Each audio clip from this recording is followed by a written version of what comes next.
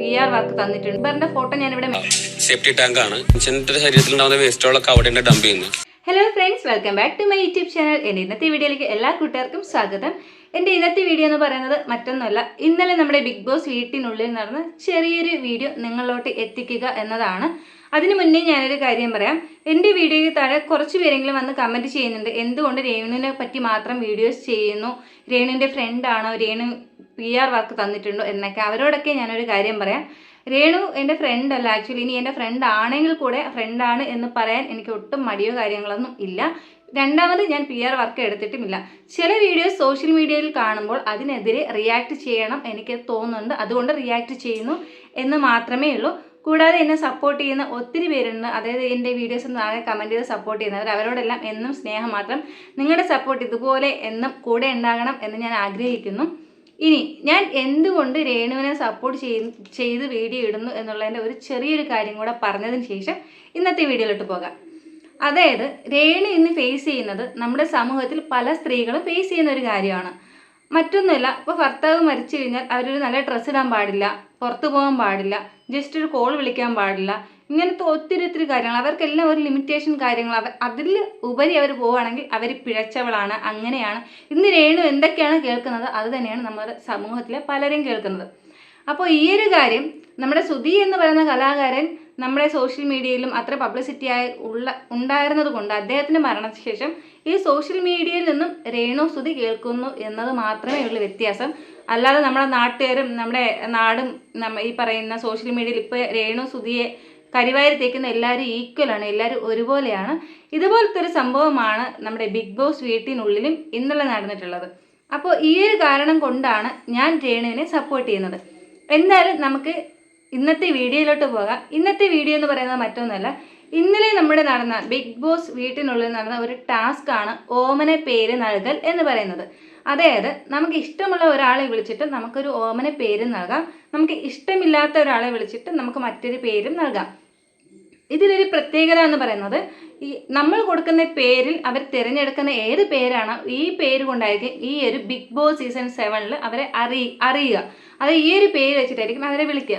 അപ്പോൾ ഇങ്ങനെ ഓരോരുത്തരും അവരവർക്ക് ഇഷ്ടമുള്ള പേര് കാര്യങ്ങളെല്ലാം ചെയ്തതിന് ശേഷം നമ്മുടെ അക്ബറിൻ്റെ ഊഴമെത്തി. അക്ബറിൻ്റെ ഫോട്ടോ ഞാനിവിടെ മെൻഷൻ ചെയ്യാം കേട്ടോ, ബിഗ് ബോസ് കാണാത്തവർക്ക് വേണ്ടി. അപ്പോൾ അക്ബർ നമ്മുടെ മുന്നിൽ വന്നിട്ട് രേണുവിനെയാണ് ഇഷ്ടമില്ലാത്ത ക്യാരക്ടർ എന്ന് പറഞ്ഞ് വിളിക്കുന്നത്. രേണുവിനെ വിളിച്ചിട്ട് രേണുവിന് കൊടുക്കുന്ന പേരെന്ന് പറയുന്നത് സെപ്റ്റിക് ടാങ്ക് ആണ്. എന്തായാലും എൻ്റെ കമൻസിലോട്ട് പോകുന്നതിന് മുമ്പേ ആ ഒരു വീഡിയോ കൂടെ നിങ്ങളൊന്ന് കണ്ടു നോക്കൂ. പിന്നെ ഞാൻ വിളിക്കാൻ ഉദ്ദേശിക്കുന്നത് രേണു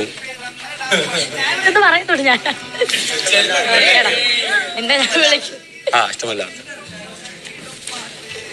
രേണു ഞാൻ ഉദ്ദേശിച്ചിട്ടുള്ളത് സേഫ്റ്റി ടാങ്ക് ആണ് ഇട്ട പേര്. അത് വിളിക്കണേ വിളിച്ചാൽ മതി, എൻ്റെ അടുത്ത് പേരിടാനേ പറഞ്ഞിട്ടുള്ളൂ. അതായത് എനിക്ക് ഇവിടെ കുറെ ടോക്സിക് സാധനങ്ങൾ പുള്ളിക്കാരത്തിൽ ഫീൽ ചെയ്തു. അപ്പൊ നമ്മളെ മനുഷ്യന്റെ ശരീരത്തിലുണ്ടാവുന്ന വേസ്റ്റുകളൊക്കെ അവിടെ ഡംപ് ചെയ്യുന്നത്. അപ്പൊ അതുകൊണ്ട് എനിക്കത് ഫീൽ ചെയ്തു, ഞാൻ പറഞ്ഞു. ഇതാണ് അക്ബർ നമ്മുടെ രേണുവിനിട്ട പേരെന്ന് പറയുന്നത്. ചിലപ്പോൾ അക്ബറിന്റെ വീട്ടിൽ എല്ലാവരും പരസ്പരം ഈ ഒരു പേരിട്ടായിരിക്കാം വിളിക്കുന്നത്, എനിക്കറിയില്ല. അതുകൊണ്ടായിരിക്കും ഇത്രയും വലിയൊരു പ്ലാറ്റ്ഫോമിൽ വന്നിട്ട് ഇത്രയും ക്യാമറകൾക്ക് മുന്നേ അല്ല ഇത്രയും ആളുകൾ കാണുന്ന ഒരു ഇതിനിടയിൽ അക്ബർ ഈ ഒരു പേരിട്ട് വിളിച്ചത്. പിന്നെ അക്ബറിന് മറ്റൊരു ചിന്ത ഉണ്ടാവാം, കാരണം സോഷ്യൽ മീഡിയയിൽ ഇത്രയും എല്ലാവരും കുത്തി കളിക്കുന്ന ഒരു പാവയാണല്ലോ നമ്മുടെ രേണു സുധി എന്ന് പറയുന്നത്. അപ്പോൾ ഈ ഒരു രേണു ബിഗ് ബോസിനുള്ളിൽ വരുമ്പോൾ രേണുവിനെതിരെ കളിക്കുകയാണെങ്കിൽ ചിലപ്പോൾ അക്ബറിന് വല്ല ഫാൻസോ അതല്ല ചിലപ്പോൾ വിന്നർ ആകാം എന്നുള്ള അങ്ങനത്തെ എന്തെങ്കിലും ലക്ഷ്യങ്ങൾ കൊണ്ടിട്ടാണോ ഇങ്ങനെ പറഞ്ഞത് എന്നുള്ള കാര്യം അറിയില്ല. എന്തായാലും ഇത്രയും ബാഡായിട്ടൊരു പേര് പറയുമ്പോൾ നമ്മുടെ ബിഗ് ബോസ് ഹൗസിലുള്ള എല്ലാവരും അന്തം വിട്ടിരിക്കുകയാണ്.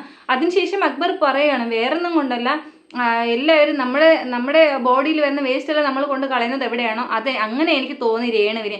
അങ്ങനെ രേണുവിന് അക്ബറിന് തോന്നാൻ വേണ്ടിയിട്ട് എന്താണുള്ളത് അല്ലെങ്കിൽ എന്താണ് നടന്നത് എന്നുള്ള കാര്യം എനിക്കറിയില്ല. അപ്പോൾ ഈ ഒരു വീഡിയോ കണ്ടപ്പോൾ ചിലപ്പോൾ നിങ്ങൾക്കും വിഷമം ഉണ്ടായി കാണാം, എനിക്കും നല്ല വിഷമം ഉണ്ടായിരുന്നു. ഇതിനെതിരെ നമ്മളെ രേണു സുധി ആ സമയത്ത് ഒന്നും പറയണില്ല. ശരി, ഓക്കെ, രേണുവിന് ഭയങ്കര, കാരണം നമ്മളതിൽ ആ ഒരു സമയത്ത് എന്ത് പറയണം എന്ത് റിയാക്ട് ചെയ്യണം എന്നുള്ളത് ഉണ്ടാവില്ല.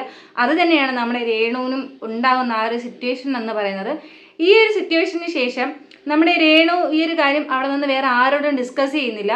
റൂമിൽ പോയി നമ്മുടെ നോറയോട് ഇതിൻ്റെ കുറച്ച് കാര്യങ്ങൾ പറയുന്നുണ്ട്. ആ ഒരു ഡീറ്റെയിൽ എന്താണ് അവരുടെ സംസാരം എന്നുള്ളതുകൂടെ ഞാൻ നിങ്ങൾക്ക് ഈ ഒരു വീഡിയോയിൽ കാണിച്ചു തരാം. ആ ഒരു വീഡിയോയുടെ കണ്ടിട്ട് നമുക്ക് തിരിച്ചു വരാം. ഒരു ഇരട്ടപ്പേര് കേൾക്കുന്നത് എൻ്റെ ലൈഫിൽ ഫസ്റ്റ് ടൈമാണ്. അത് എന്നെ ഹേർട്ട് ഞാൻ ഉരുകിപ്പോയൊരു സത്യം. ഒരിക്കലും കരയുന്നതല്ല, കരഞ്ഞൊരു ആട്ടവും ഞാൻ കാണിക്കുന്നില്ല. ലോകം മുഴുവൻ കേട്ടോണ്ടിരിക്കും. ഇതിനുശേഷം നമ്മുടെ അനുമോളും ഷാരികയൊക്കെ ഡിസ്കസ് ചെയ്യുന്നുണ്ട് കിച്ചണിൽ നിന്നും ഈ ഒരു സംഭവത്തെ പറ്റി, അതായത് ഈ ഒരു പേരിട്ട് വിളിച്ചതിനെ പറ്റി. മേ ബി ഇങ്ങനെ കുറച്ച് പേരിങ്ങനെ സംസാരിച്ചത് കൊണ്ടായിരിക്കാം അക്ബർ നമ്മുടെ ബിഗ് ബോസിൻ്റെ ക്യാമറയിൽ വന്ന് പറയുന്നുണ്ട്, ബിഗ് ബോസ് ഞാൻ രേണുവിനോട് ക്ഷമ ചോദിക്കാൻ ആഗ്രഹിക്കുന്നു, വേണമെങ്കിൽ ഞാൻ സോറി ചോദിക്കാമെന്ന്. ഒരു വ്യക്തിയെ വലിച്ച് കീറി കൊല്ലുന്നതിന് തുല്യമായ ഒരു രീതിയിൽ നമ്മൾ സംസാരിച്ചതിന് ശേഷം ആ ഒരു വ്യക്തിയോട് നമ്മൾ സോറി പറഞ്ഞിട്ട് എന്തെടുക്കാനാണ്? നമ്മൾ ഒരു കാര്യം പറയുമ്പോൾ അതിന് മുന്നേ നമ്മളൊന്ന് ചിന്തിച്ചതിന് ശേഷം പറയുവാണെങ്കിൽ കുറച്ചുകൂടെ മേ ബി ബെറ്റർ ആയിരിക്കാം എന്ന് പറയുന്നു.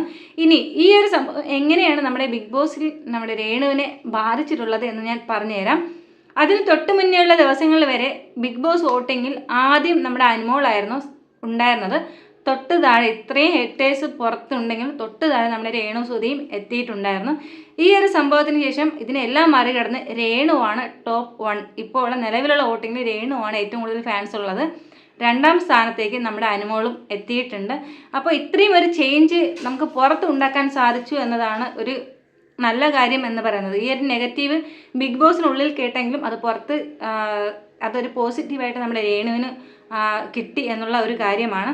അപ്പോൾ ഇതാണ് എൻ്റെ ഇന്നത്തെ വീഡിയോ എന്ന് പറയുന്നത്. എൻ്റെ ഈ ഒരു വീഡിയോ നിങ്ങൾക്ക് ഇഷ്ടമായാൽ ഷെയർ ചെയ്യുക, ലൈക്ക് ചെയ്യുക. നിങ്ങളുടെ അഭിപ്രായം എന്താണോ എന്തായാലും ചിലപ്പോൾ മേ ബി ഞാൻ ഈ പറഞ്ഞതിൽ നിന്നും ഓപ്പോസിറ്റീവ് ആയിരിക്കാം, എന്നാലും കുഴപ്പമില്ല. നിങ്ങളുടെ അഭിപ്രായം ഈ ഒരു വീഡിയോയ്ക്ക് താഴെ നിന്ന് കമൻറ്റ് ചെയ്യുക.